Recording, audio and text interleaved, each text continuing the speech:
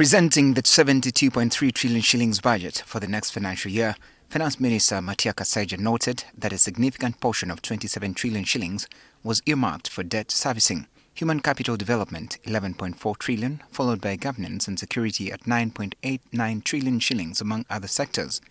The country's public debt is expected to reach 116 trillion shillings by the end of June 2025.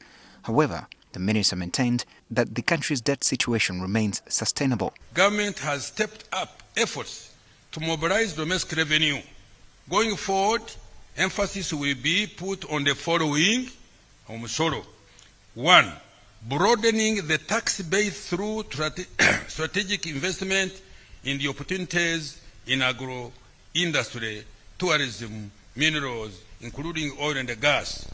Reacting to the budget presentation, the leader of opposition in Parliament, Ssenyonyi, said the red budget is unrealistic and deceptive. They keep shooting through 70 plus and so on. It's deceptive. They know that this money is not really going to be available. But the reason they do that is because in the Public Finance Management Act, the state can use up to 3% of the budget without first coming back to Parliament, supplementaries. So that's why they will shoot it through the roof. Because now, 3% of 50 trillion is not the same as 3% of 70 trillion. He expressed concern at the increasing debt stock of the country and continued borrowing, which is not directly translating in improved service delivery. And so money remains lying idle. And it's also deliberate.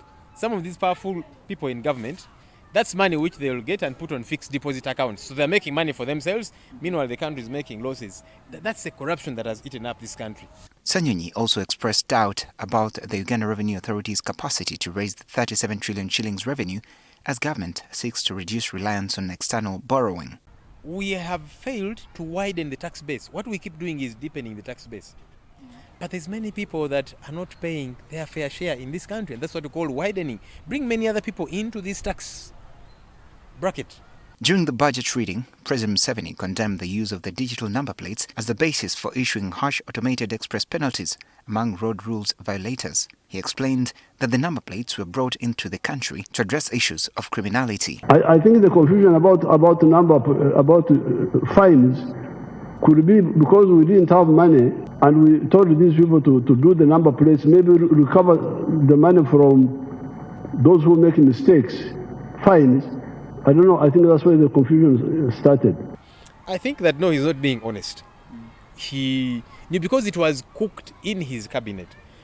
On our end as Parliament, through our minority report, by the way, we said no and Parliament agreed with us. They ended up doing something else. But the whole process even about this company was to collect these fines. So he cannot say that no, it should not be, it was not about this in the first place. But that's the promise that they made to this company. And that's why in our minority report we said, no, this is wrong. It does not make sense at all. The leader of opposition, Ssenyonyi, who had earlier petitioned the Works Minister, says beyond the suspension, there is need for the Ministry of Works to get back to the drawing board and ensure no one takes advantage of the system to exploit citizens. But 80% of that money is going to a private individual. That does not make sense at all. And Parliament agreed with us. But Cabinet went and did their own things. And even within Cabinet, you saw there was a fight. Otafire is saying one thing, General Otafire, General Jim Muhwezi is saying another. Our hope is that we'll get back to the drawing board. Because now it is clear, somebody powerful in government has got a hand in this private company. That's why you're giving it all of this money. I'm Benjamin Jumbe, NTV Weekend Edition.